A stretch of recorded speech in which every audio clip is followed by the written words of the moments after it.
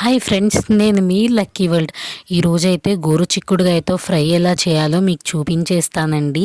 ముందుగా ఒక గిన్నె తీసుకొని అందులో వాటర్ పోసుకొని అందులో ఉప్పు వేసుకొని మనం గోరు చిక్కుడుగాయల్ని చిన్న చిన్న పీసెస్గా పెట్టుకొని అందులో అయితే వేసుకోవాలి.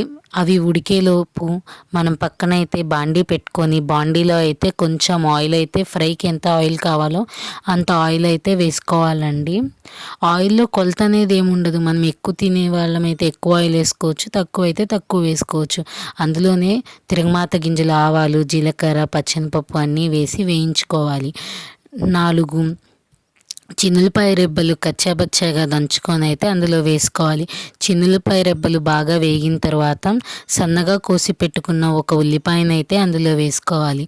ఉల్లిపాయని బాగా వేగనివ్వాలి.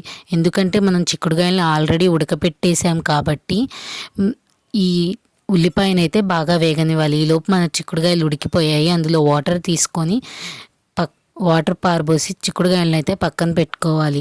ఉల్లిపాయలు చూశారు కదా, చాలా బాగా వేగిపోయాయి. ఇప్పుడు ఇందులో మనము ఉడకబెట్టుకున్న చిక్కుడుకాయలను అయితే వేసుకోవాలి. చిక్కుడుకాయలను వేసుకొని ఒక 5 minutes లో ఫ్లేమ్లో అయితే వేపుకోవాలి. చిక్కుడుకాయలు కొంచెం వేగిన తర్వాత అందులో పసుపు వేసుకొని తిప్పుకోవాలి. మనం ఇవి ఉడకబెట్టేటప్పుడే మనము కొంచెం అందులో ఉప్పు వేసాము కాబట్టి తర్వాత ముక్కకు ఎంత ఉప్పు పట్టుకుందో చూసుకొని మిగతా ఉప్పు అయితే కొంచెం రుచికి సరిపడినంత అయితే వేసుకోవాలి. ఉప్పు వేసిన తర్వాత ఒక 10 minutes లో ఫ్లేమ్లోనే ఫ్రై చేసుకోవాలి.